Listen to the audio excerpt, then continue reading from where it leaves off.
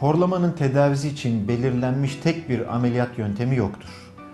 Çünkü horlama tek bir bölgedeki problem nedeniyle ortaya çıkmaz. Bu kişide bir burun problemi olabilir, bir bademcik problemi olabilir, bir küçük dil problemi olabilir veya boğazın daha alt bölgelerinde dil kökü seviyesinde bir problem olabilir.